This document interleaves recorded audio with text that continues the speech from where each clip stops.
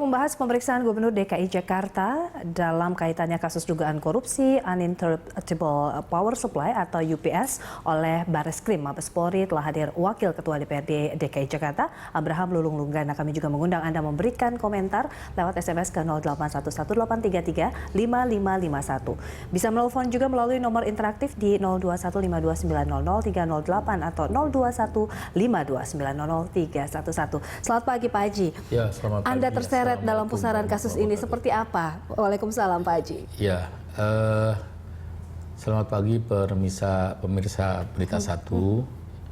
Jadi kalau memang sekarang berkembang kasus UPS yang sudah ada di pihak Bareskrim, pertama itu saya sangat apresiasi dulu itu.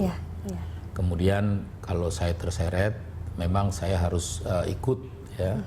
Memberikan keterangan karena pada saat itu saya menjadi koordinator Komisi E pada tahun 2014. Oleh karenanya saya dimintain keterangan sebagai saksi di Bareskrim pada waktu bulan yang lalu ya. Ya. Dan kalau kita lihat sebenarnya ini ada Pak Ahok juga mengatakan ya bahwa dari mana asal usul itu item yang mungkin seperti kita katakan UPS ini muncul, idenya untuk gagasan itu muncul ini dari Musrenbangka atau dari mana? Ahok juga mempertanyakan seperti apa dinamikanya pada saat dulu mengusulkan ini dengan DPRD dari rancangan anggaran sebenarnya belanja kita nggak bisa bicara hari ini ya, betul. Karena ini proses sudah dipersetujukan bersama. Sudah dibahas dalam pembahasan RKA, rapat kerja anggaran antara komisi dengan dinas terkait. Oleh karenanya kalau bicara sekarang tidak ada usulan dan segala macam itu namanya cari permasalahan dan artinya sudah ada pembahasan ya waktu itu pada tahun 2014 betul Pak Haji? Iya, itu 2014 bulan Juli karena Agustus itu paripurna penetapan perubahan era APBD.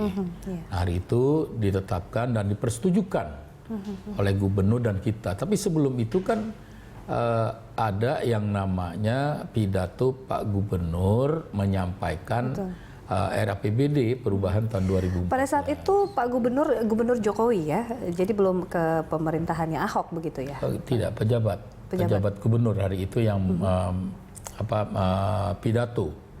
Untuk penggodokan dari rancangan anggaran ini. Pejabat gubernur. Pejabat gubernur. Iya, KUHP memang ditandatangani oleh gubernur yang lama, kemudian eksekusinya itu pada gubernur yang sekarang. Baik, dipertanyakan mekanismenya lelang dan juga mekanisme pengadaan. Ini seharusnya seperti apa nih Pak Haji? Kan ini kan kontroversi dari pihak Pak Ahok mengatakan begini, dari pihak DPRD juga. Sehingga ini sebagai media klarifikasi begitu Pak Haji? Iya, saya rasa kita harus memberikan informasi yang valid, yang benar kepada masyarakat, kemudian masyarakat mengetahui. Jadi proses anggaran itu kalau kita bicara persetujuan itu ada di kami DPRD dan gubernur pada paripurna perubahan saat itu. Kemudian hasil persetujuan itu ditugaskanlah gubernur untuk menyampaikan dokumennya disampaikan kepada Kementerian Dalam Negeri. Di Kementerian Dalam Negeri itu dievaluasi selama 2 minggu, kemudian kami dipanggil. Jadi ABCD termasuk UPS itu ya, itu dievaluasi. Selama 2 minggu itu kemudian setelah dipersetujukan oleh kami, yang mengesahkan itu Departemen Dalam Negeri, dalam hal ini Direktorat Keuangan. Setelah disahkan, diberikan kembali kepada Pak Gubernur dan diberikan surat bahwa RAPBD sudah menjadi APBD, kemudian dapat dilaksanakan ya apa yang menjadi program-program. Artinya keluarlah surat dari pencairan dana begitu itu yang ditandatangani. Itu proses itulah saya bilang itu kan mekanisme evaluasi.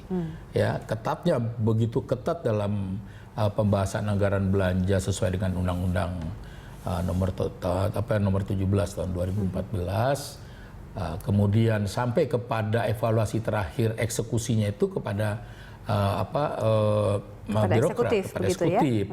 Nah, disitulah kalau misalkan ingin lelang barang, ingin membeli barang, itu harus dievaluasi. Betul, nah ini yang dipertanyakan juga mekanisme lelang ini ya. Makanya inilah yang paling substansi menurut kami. Tahan dulu Pak Haji, kita bahas di segmen berikutnya. Kami akan kembali, tetaplah bersama Dialog Jurnal Pagi.